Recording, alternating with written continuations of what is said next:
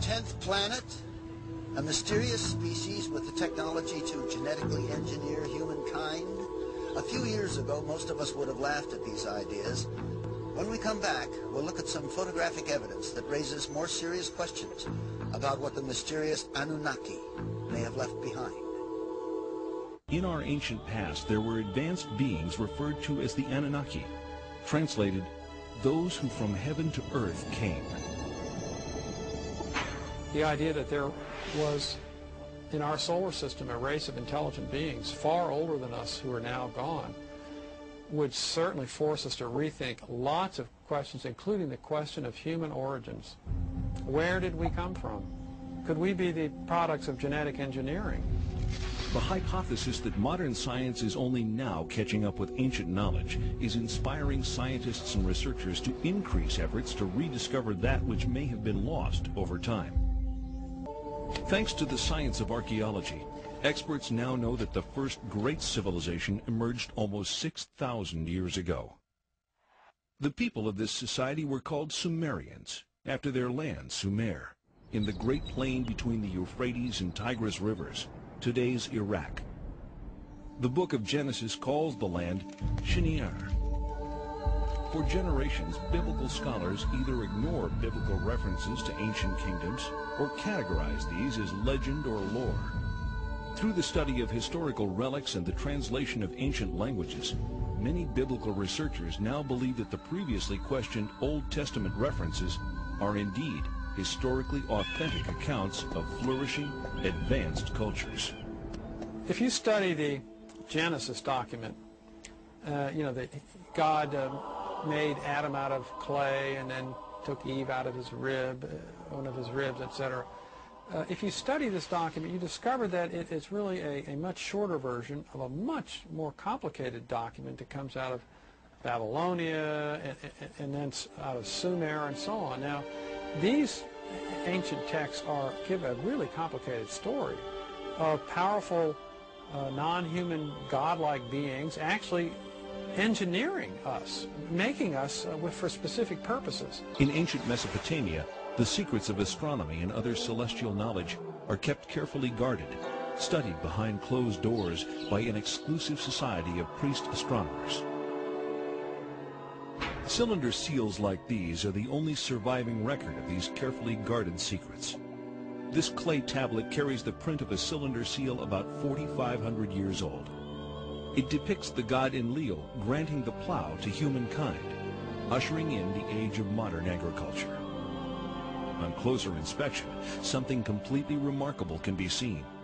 A detailed depiction of the complete solar system configured identically to that known to contemporary science.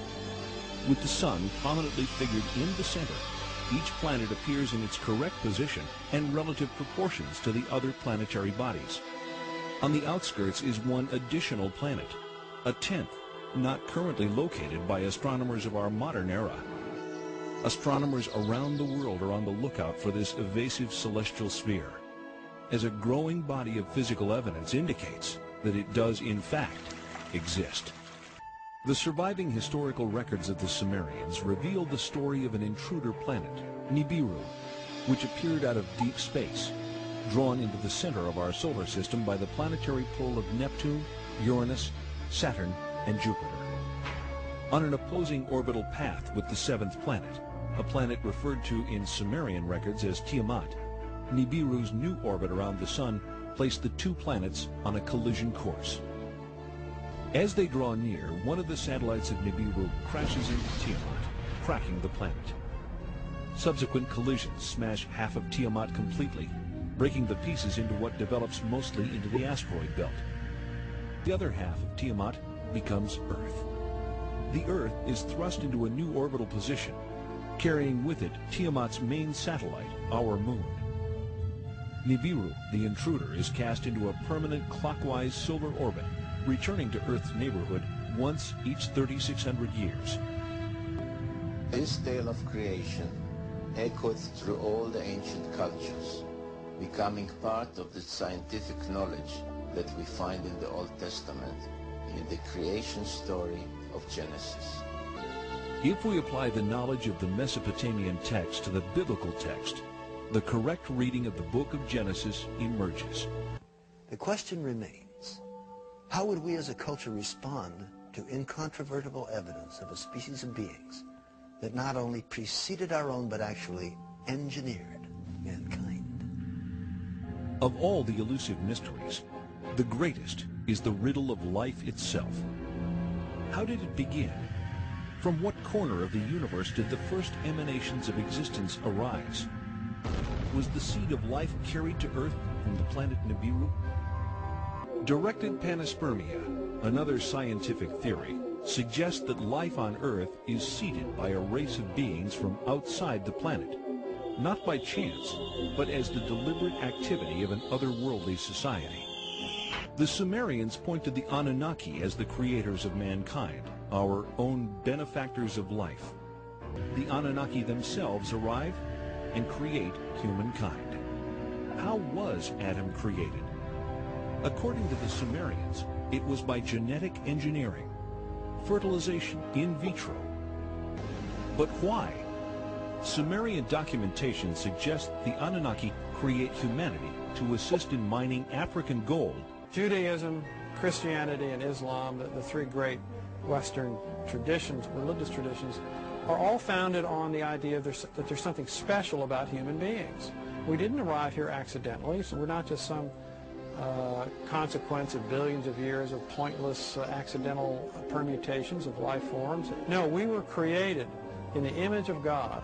Now, what if it were the case that there were creatures both technologically more advanced than us, older than us in terms of their civilization, and maybe even more intelligent than us, and more spiritually advanced, if we could imagine that?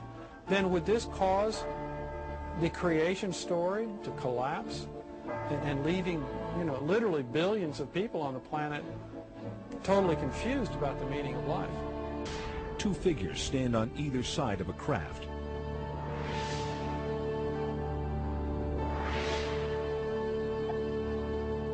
Some researchers believe that Mars was habitable as little as 10,000 years ago.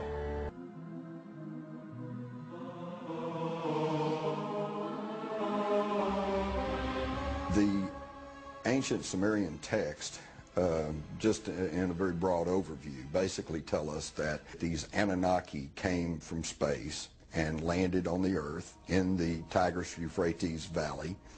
They began to set up a colony that they called Eden. According to Genesis, Eden, or Eden, is where Adam was created from dust and Eve from one of his ribs.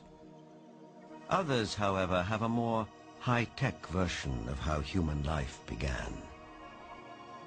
In time, needing manpower, needing workers, jumped the gun on evolution using genetic engineering. They took the sperm of one of the Anunnaki, mixed that with the ovum of a primitive humanoid, probably one of these primitives that we are now finding archaeological remains of in Africa, and they produced a hybrid which eventually became Cro-Magnon or modern man. We're dealing with an issue that I think has potential for being highly controversial, because after all, if you say that Jehovah is an ET, then that changes the basis of Judaism and Christianity in a very fundamental way. Legend has it that when the Anunnaki came back after several thousand years to see how their genetic handiwork had turned out, they found the Earth females irresistibly attractive. What fascinates me on this planet is the diverse, many different races we have here. Is it because of environment and locale, or are these all, I've always thought about this, are these all various sex races from other extraterrestrials that have been here and, they've manipulated in their own image? So the Asian person, the Caucasian, the African, they are in the image of the extraterrestrial that came to this planet a long time ago. Have you ever thought of that? We talk about just how we evolved on this planet. You know, we're talking about the work of Zecharia Sitchin and his theories of the 12th planet. Robert Safier does a very thorough job trying to coordinate all the various people who are talking about this. And it's growing, I think. It's growing, and it's getting bigger and bigger and bigger.